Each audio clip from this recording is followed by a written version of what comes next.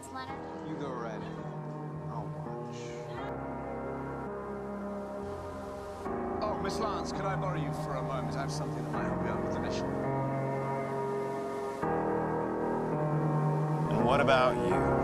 What about me? Sara, don't do it. I don't have a choice. It's the only way to save Star City. The future. That's how a killer thinks. That's not you anymore. I'd like to think that too. But I had some help.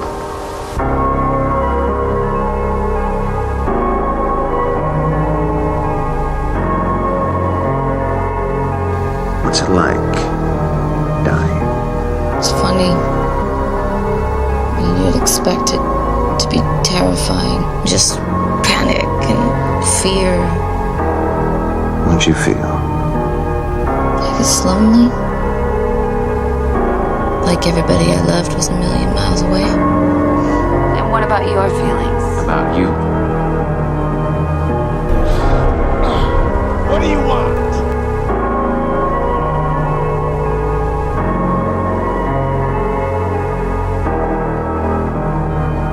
I was going to apologize for pulling a gun on you.